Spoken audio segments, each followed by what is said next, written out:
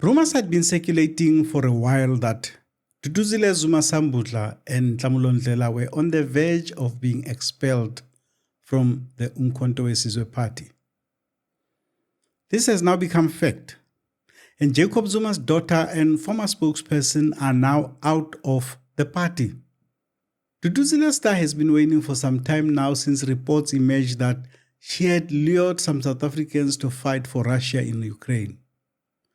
This apparently led to her resigning her seat in parliament earlier this year. The question, however, is how Sibonelo Nomvalo and his group pulled this off. Zuma and his daughter are known to have a very close relationship, and she has been by his side through the many challenges he has faced. What happened? Hello everyone, welcome back to Joe Talks Politics. I am your host, Joseph Mosia. Let's get right into this.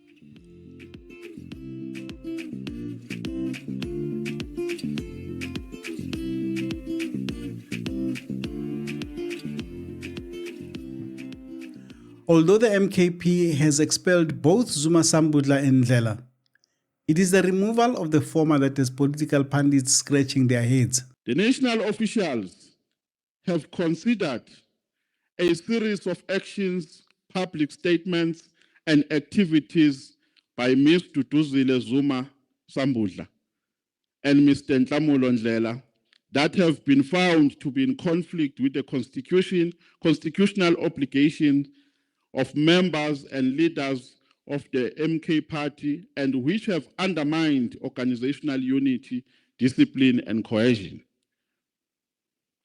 In the case of Ms. Duduzile Zuma Sambudla, the party has noted repeated public statements and social media publications that have undermined organizational unity, promoted factional narratives, publicly discredited recognized party leadership structures, challenged the legitimacy of party decisions, and brought internal organizational matters into the public domain. These actions have contributed to divisions within the movement and have undermined confidence in the collective leadership of the organization.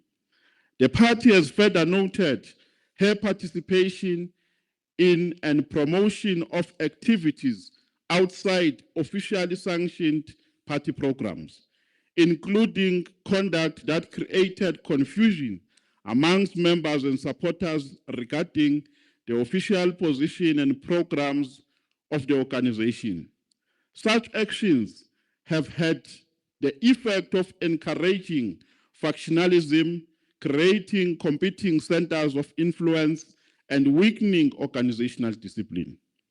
With regard to Mr. Nhlamulo Ndhlela, the party has identified conduct that includes acting without proper organizational authority, convening and addressing media briefings without the approval of recognized party structures, misrepresenting party position and structures, participating in activities outside authorized party programs, and engaging in actions that have created confusion regarding official party processes and leadership arrangements.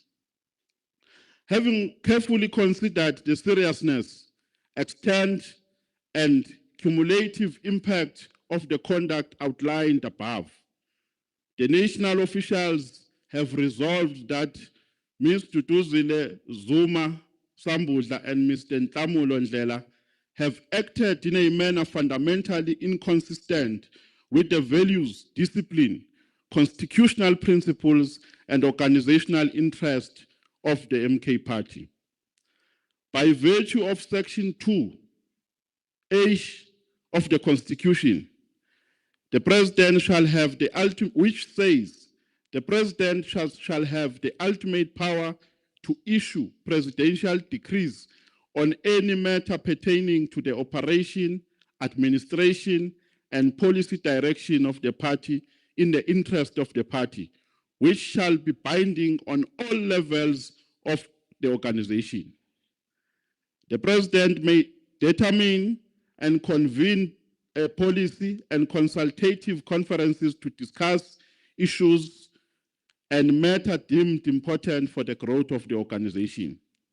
Accordingly, the MK Party hereby announces the expulsion of Ms. Duduzile Zuma Sambudla and Mr. Nhlamulo Ndhlela from the party with immediate effect. Their membership of the MK Party is hereby terminated, and they shall no longer enjoy any rights, privilege, responsibilities, or authority associated with the membership of the organization. In the greater scheme of things, even though he has been there from the beginning of the party, in the way Zuma operates, Ndhlela is but one of the many who have a sell-by date. He falls in the same category as Floyd Shivambu, Jabulani Khumalo, Arthur Zwane, and others. The fact that he has allowed Duduzile to fall is a difficult one to understand. Yes, in a normal organization, given the many transgressions she has been accused of, it would be no surprise that the party had acted against her. But we are talking here about a young lady who has been at her father's side through difficult times. She rose to prominence when she gave testimony in court during his 2006 rape trial. Many believe it was her evidence that led to Zuma's acquittal. She has been a constant presence during his ongoing corruption trial. She is currently standing trial at the Durban High Court on charges of incitement to commit terrorism and 2 counts of incitement to commit public violence. The charges stem from her social media posts during the deadly 2021 civil unrest, where prosecutors allege she used her platforms to stoke riots and encourage further violence after the imprisonment of her father. So why would Zuma sanction her removal? There are several possible reasons. The first is that Zuma genuinely wants to discard the image of the party being a family business. Expelling a daughter who has stood by him through tough times sends a powerful message that it is not true that her family name alone was a guarantee that she could do as she pleased. The second possibility is that Zuma has become convinced that MK needs to be run more like a professional political party and less like a political movement built around his personality.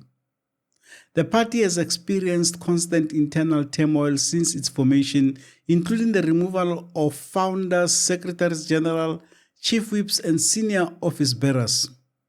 At some point, Zuma may have concluded that MK cannot grow into a sustainable political force unless its structures are seen to have authority. That may explain why figures such as Secretary General Sibonelo Nomvalo and Deputy President Yengeni appear to be exercising greater influence over party discipline. A third possibility is that Duduzile herself has become politically costly. Her public clashes with senior party leaders, particularly Floyd Shivambu, created the impression of a party consumed by internal warfare. Every new controversy shifted attention away from MKP's message and onto its infighting. For a party preparing for local government elections, that is a distraction it can ill afford. Removing Duduzile may therefore have been seen as a way to draw a line under months of damaging headlines and to demonstrate that no individual is bigger than the organization. The fourth possibility, and perhaps the most interesting one, is that Zuma may be preparing MK for life after Zuma. At 84, he remains the party's biggest asset, but he cannot lead forever. Every political party eventually faces the challenge of succession. If MK is to survive beyond its founder, it will need institutions, rules, and leaders whose authority does not depend entirely on their relationship with Zuma. allowing the disciplinary process against his own daughter to proceed may be part of a broader effort to show that the party can function independently of family loyalties and personal relationships. Still on the theme of preparing for succession, is he perhaps managing sibling rivalry? I don't think it was by accident that Nomvalo chose to praise the role of Duduzile's twin brother. There is no concerted effort to exclude anyone from the family of the president from participating in this organization. We're working very well. I mean, there are also children who are politicians in their own right, who are members of this party, and who subject themselves to the behest of the leadership and to the behest of the organization. For instance, we've been running the consultative forums, and in all provinces, we've been deploying Comrade Duduzile Zuma as a politician, not as a son, because he has never capitalized on that. When we treat him as a member of the MK party. And he has never come to us and said, Dad said. He has always subjected himself to the authority of the organization. And he continues to be a very disciplined member of this party. And there is no concerted effort to get rid of him. If there is a feeling that Duduzane is the heir to the Zuma throne, it would make sense that he is left without a possible rival. He has in the past made it clear that he harbors ambitions of political office.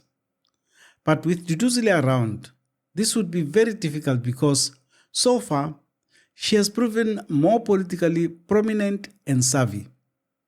It would make sense why he would act against his own daughter if he is paving the way for his son. Whether that effort succeeds is another question entirely. But if the expulsion stands, it will rank among the most significant political decisions Zuma has made since the formation of the MKP. But the one thing I know is that it would be a mistake for anyone to think that they could figure out Jacob Zuma. Being unpredictable is the one strength he has used to outmaneuver his opponents over the years. It could happen that by the end of the next week, Duduzile is back and those who had thought they had won are left licking their wounds. We will definitely be keeping an eye on this one. What do you think? Please share your views in the comment section below. And if you enjoyed this episode, please don't forget to like, share, and to subscribe. This was another episode of Joe Talks Politics. And from me, Joseph Mosia. See you in the next one.